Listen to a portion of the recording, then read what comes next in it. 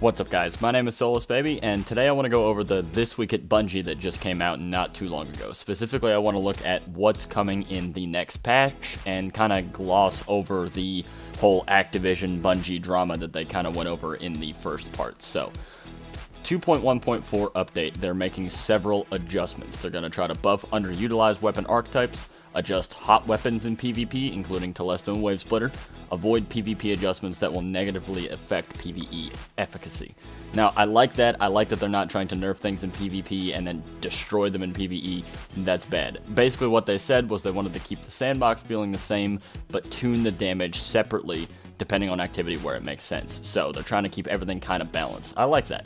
So, auto rifles, they're going to get damage increase for rapid fire, adaptive, and high impact families. So pretty much all the auto rifles are getting a little bit of a buff. They say they're too unforgiving at the ranges that they ask you to occupy in a world with special weapons. This makes sense to me, so auto rifles are getting a little bit of love, and that's something I think we've needed to see for a long time.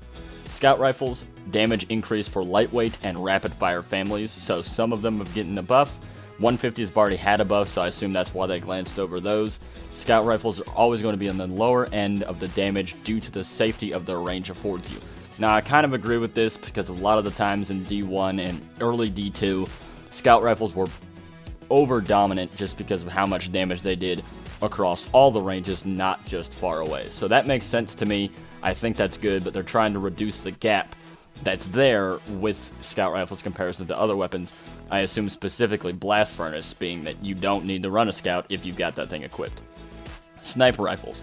They're increasing the damage on the rapid fire archetype to be able to kill in 2 body shots. Now, I remember hearing earlier than this that they were going to make sniper rifles of higher impact one-shot supers. They don't say anything about it in this particular update notes here, but I'm thinking we're still going to get that. Maybe we won't, but they want to make snipers a little bit easier to clean up with in the Crucible. So this is good. I like that. I've been using a sniper a little bit more lately, so I'll be happy to see those changes. So they're also going to tune some exotics. Legend of Acarius, they're increasing the damage and the range slightly. So they're saying basically as time moves on, things tend to be more powerful. This makes sense. Our Forsaken weapons are much better than the ones we had before that. So they're tuning up Legend of Acarius so it's got more damage and it's more in line with the weapons we already have. Telesto, thank you. This is a huge one. PvP damage brought down to match a standard fusion rifle charge rate. The zoom was also increased to match fusion rifles with long-range scopes. Telesto has become fairly notorious in the Crucible for its effectiveness. Yeah, duh, it's running rampant. They note the cases of it getting double kills, how damaging the explosions were, stuff like that. They want to keep it balanced in PvE and PvP, but basically what they're saying is it's still going to be a good weapon, but not on the god tier that it is right now. That's what I'm getting from this paragraph here. So they're also doing some stuff to trace rifles. They're increasing the minimum amount of ammo you can receive from special ammo boxes. This is cool because I do feel like the trace rifles are a little bit lacking when you pick up ammo. The stuff on spawn, 50, that's not too bad to me. I think that's about where it needs to be. It's like 2 kills, so it's in line with all the other weapons that are out there. However, they are going to be tuning Wave Splitter, which is something I really want to happen. Wave Splitter is super overpowered. I don't know about overpowered, but it's really powerful. It's really hard to fight one of those things. You get super hurt super fast when doing a 1v1 versus those. So we'll be able to see a balance between all the trace rifles and hopefully get a happy equilibrium there. I know people that are not on PS4 don't know how Wave Splitter is in the Crucible, but trust me, as a PS4 player, this thing hurts, and I'm happy that it's getting tuned in. So basically, this is what they're doing in this kind of huge update of weapons and stuff like that. I assume the supers and stuff like that are coming on as well. I do believe that that has been coming. It's paired with the changes to super abilities in Destiny 2 update 2.1.4. So we're going to see all of this stuff coming on the 29th, and all of it looks pretty good to me. You know how these things are. They kind of have to be seen, but they're also doing some stuff with the Black Armory. Ballistics logs will no longer be removed at reset. This is awesome. I think it's stupid that they make you redo it over again. The stack limit for ballistics logs is increased to 5 per character, which is also really nice. Weapon frames carried across reset now refund into the following. So you won't be able to hold your weapon frames anymore, but they'll give you back 1 ballistics log for a gold, 3 modulus reports for a silver. Any instance of a Radiant Matrix will be removed on weekly reset. So if you have a Radiant Matrix in your inventory, get that thing done before reset.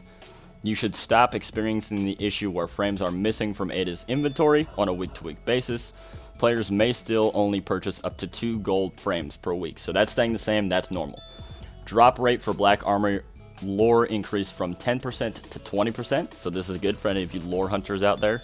Now requires successful Forge ignition for chance to drop, so no more rubber banding your controllers, getting in there and getting all that lore. Sorry about that, guys.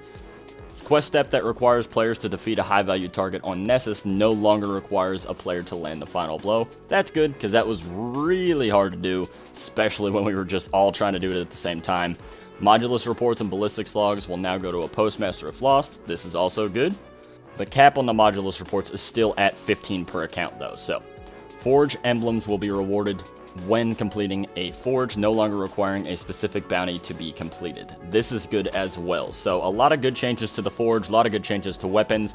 Obviously all the supers and stuff that they were coming out with, go back and look at the last TWAB War update that they gave us, and you'll see all the breakdowns on all the supers. I'm super excited to see how this all turns out, and I hope this has been a pretty decent breakdown on you guys. This is my first This Week at Bungie update, so I hope it went well.